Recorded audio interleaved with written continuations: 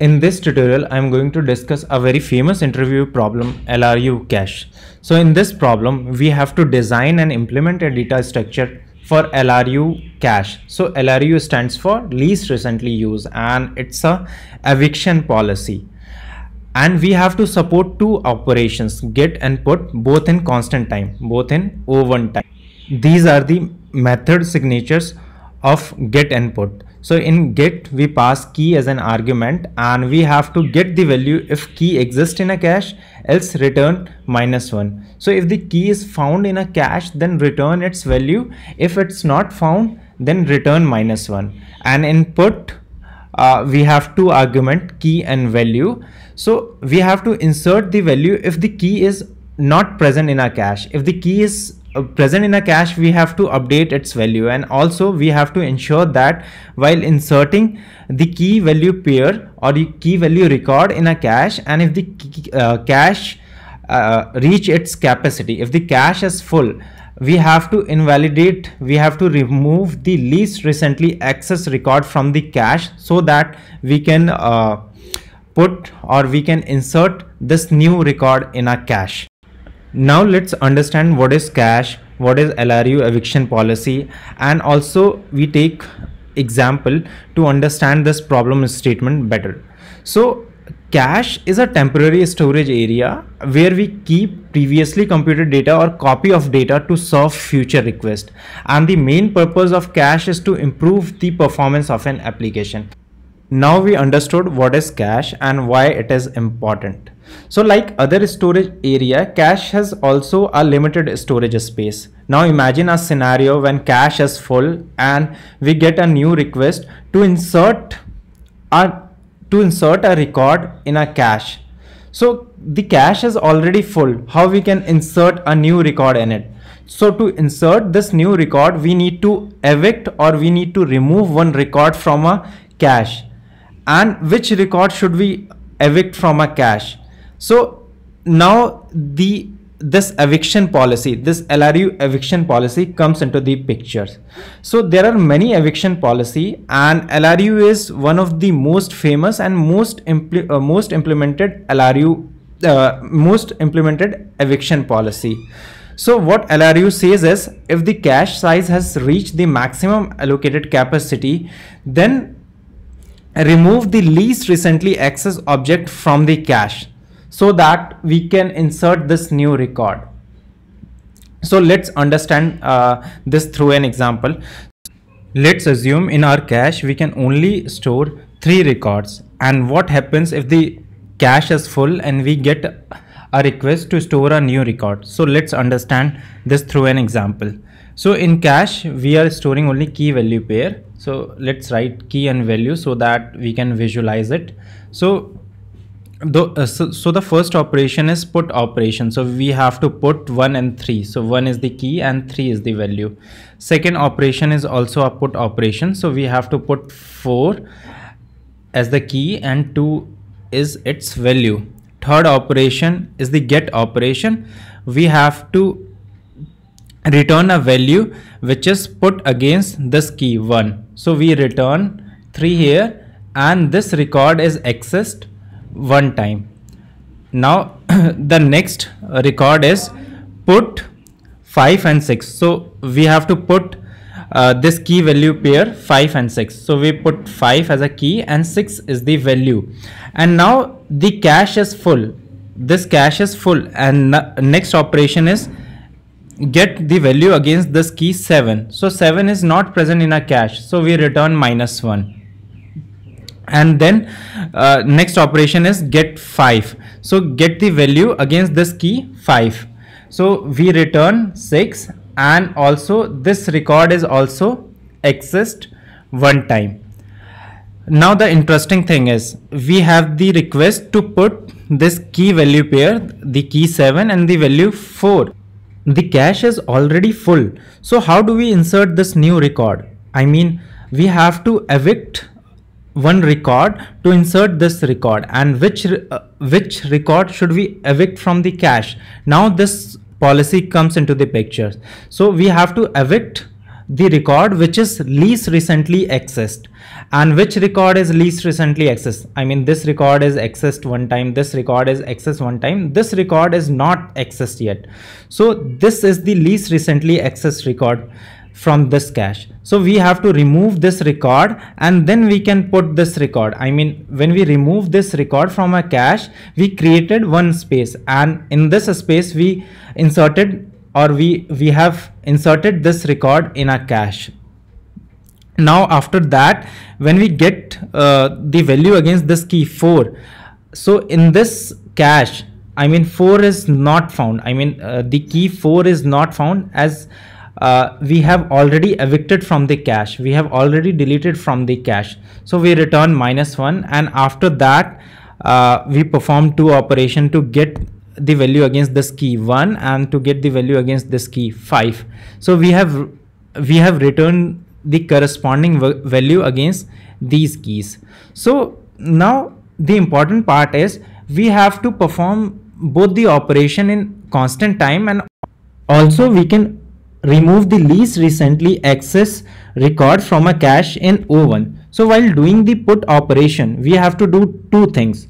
So we have to insert a new record in a cache, and also if the cache is full, we have to first remove the least recently accessed object or access record from a cache, and then we have to insert this new record in a cache.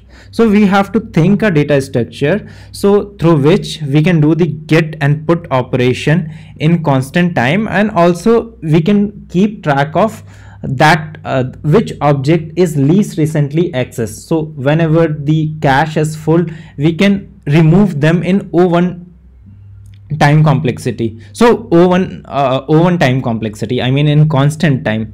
So I mean, think in this way that it's not possible to do all the things by using one data structure.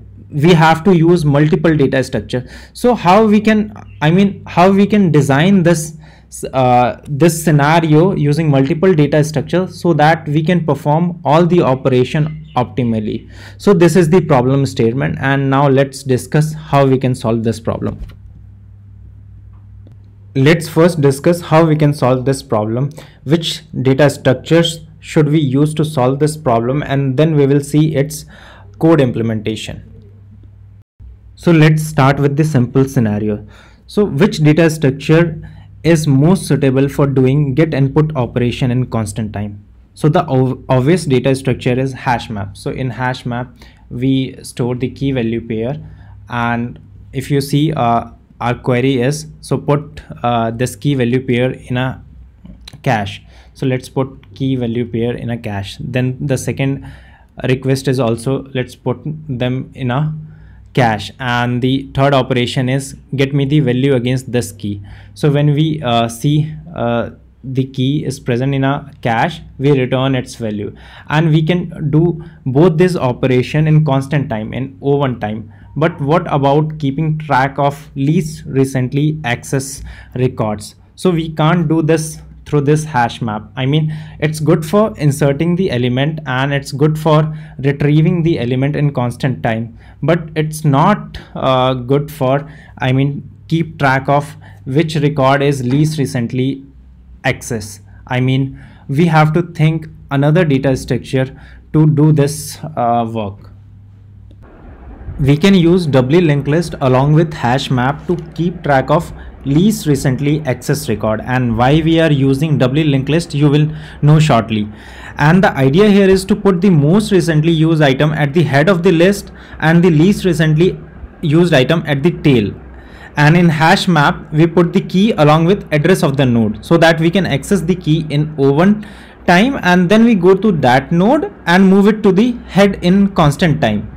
So I mean, the best approach is to let's visualize all the operation, then you will understand automatically why we are using doubly linked list and what's the advantage of it and how we can do this operation in O1. So let's do the following operations. So the first operation is to put this record in a cache.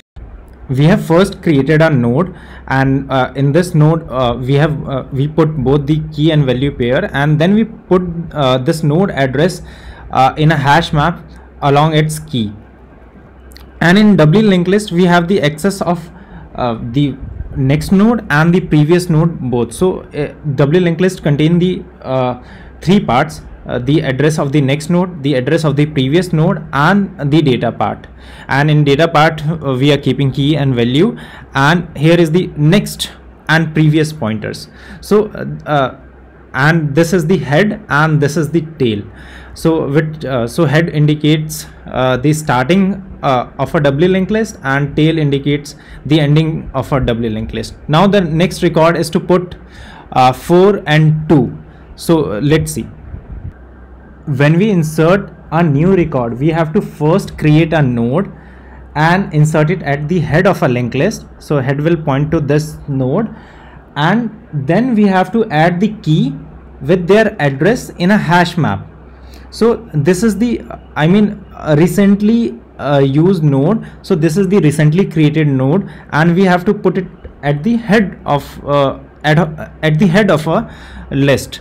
So now the next operation is get one. So when we access this node, we have to return its value, and then we have to move this node at the head of the list. So let's see.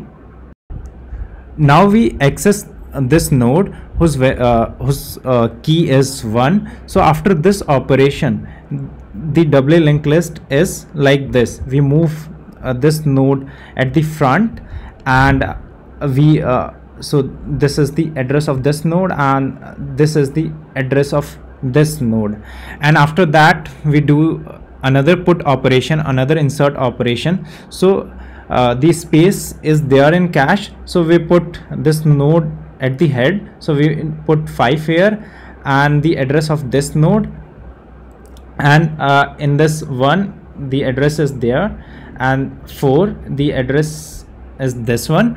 And then what we do is the next operation is get 7. So we check in a hash map is this key is present, and we can do this lookup in O1 time. So this key is not present, it means simply return -1. And then we access this node, the node whose key is 5. So it is already at the front, so no need to move. Then the next operation is put this record, the key 7 with the value 4. But now our cache is full. So in our cache we can accommodate only 3 record, and our cache is full. So we have to evict the least access record. So least access record is this one, the node which is present at the tail, at the end of this list.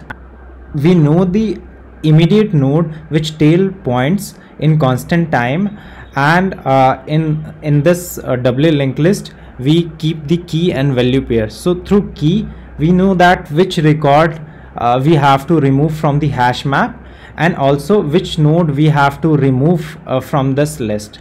Now we have removed the least recently accessed node from both this map and this doubly linked list in O1 time, in constant time. Then the next step is to put this key value pair, so this key in a hash map, and create one node. So this and in hash map in value part we put its address. So after putting this record in a hash map and doubly linked list, so this will be look like this. So this record is moved to the front, then this record, and then this record, and in hash map we put all the keys and its corresponding node addresses. And after that when we do this operation, we check in a hash map is this key is present, and this lookup will be in O1. So no, this key is not present, so return -1. Then we access this node, this key, and so we reach to this this node through the address we keep in the value part, and we move this node at the head. So how we do this operation in constant time? So what we can do is we go to its previous node, and in this node the next pointer will points to the tail. Instead of this node, the next pointer will points to tail, and the tail previous pointer points to this node. Then this node is free. What we can do is, now the head next pointer will points to this node, and this node previous pointer points to the tail, and this node next pointer will points to this node, and this node previous pointer points to this node address. So in this way we put this node in front, we move this node in front. And also, I mean, when this request comes that give me the value associated with this key, so we also I mean in doubly linked list we keep the key and value pair, so we access the value and we return its value. And similarly, when we do the when we access this this key 5, so 5, we go to this node and we do the same process which we have done for this node. Now you understand why we are using hash map and doubly linked list to solve this problem, and how we can by using these two data structures, how we can solve this problem in O1 time complexity. Now let's see the code, and now let's understand how we have implemented this in our code. So let's start with the structure of doubly linked list. So in doubly linked list we can move both forward and backward directions. So this next and previous node will keep the address of immediate next and previous nodes, and when we create a node we only initialize key and value pair, so we are keeping them in a node, and rest this next and previous, so address of next and previous pointer we will handle them in our code. So in this class in LRU cache here are few instance variables, so the head, tail, map and capacity. So this head will points to the address of the first node, and tail pointer points to the address of last node. These two pointers we initialize them in a constructor. So in constructor we create an instance of hash map, and when we create an object of LRU cache, we assign the capacity, we assign that how many records we can accommodate them in our cache. So we initialize them in this instance variable. Now let's see the get methods. So in get method we only pass key. So first we check whether this key is present in a hash map. If this key is not present in a hash map, we simply return -1, and this lookup will be in O1. Then what we do is we access the node, so we store the key value pair. So in key, so we stored, let's say, key, and here we store the address of this node, address of the node which key this key points to. So we create a doubly linked list and we put its address in the value part. So now we have accessed this key. So what we have to do is we have to remove this node and we have to put on the top, we have to move it to the front.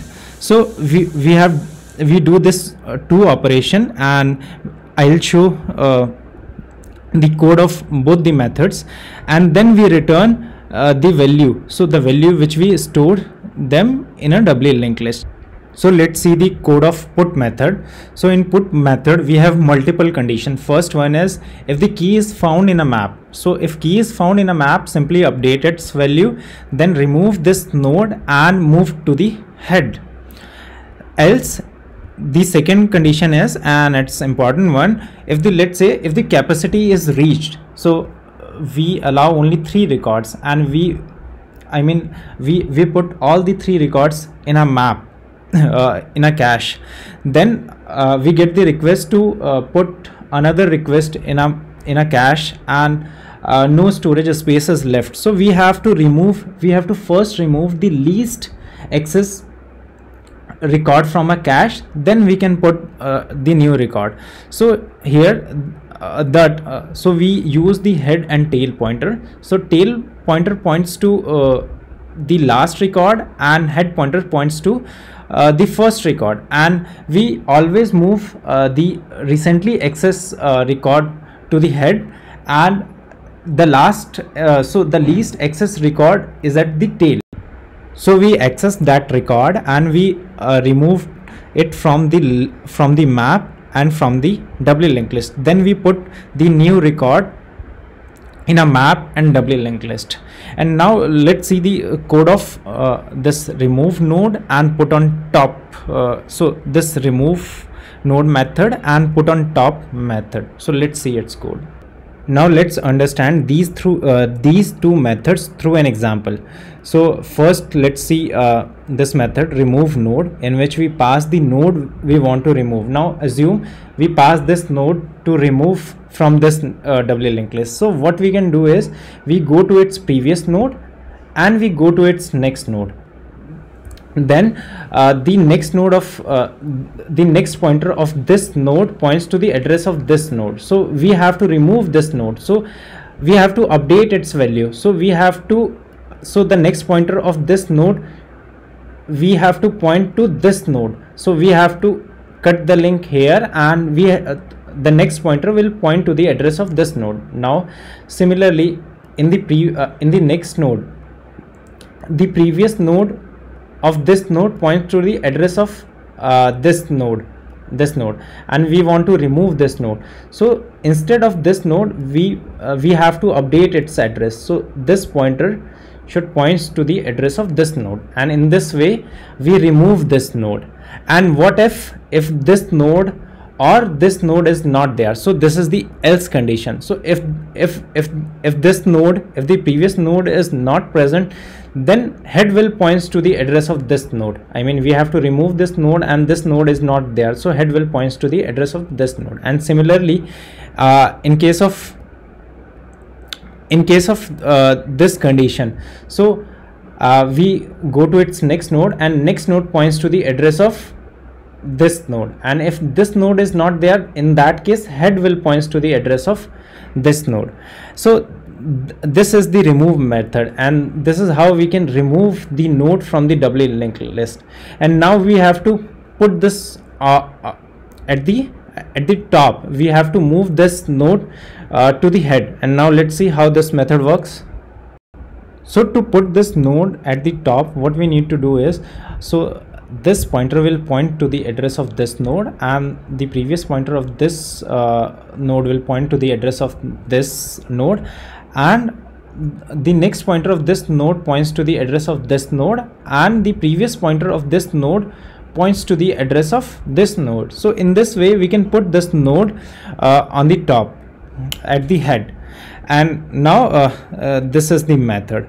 And now let's see the main method. In this main method, I have created an instance of LRU cache, and I have passed this capacity. So we store, so this capacity is 3, so only we allow only 3 record, and then the put operations, then some get operation, then put, then get. So this is this system.out.println is to see what result we get when we do this operation. So this is the main method, and that's it for this video.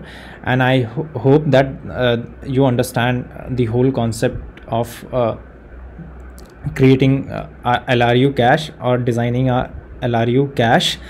And for more such programming videos, you can subscribe our YouTube channel. You can visit our website, which is https://webrewrite.com. Thanks for watching this video, and please don't forget to like this video, and thank you.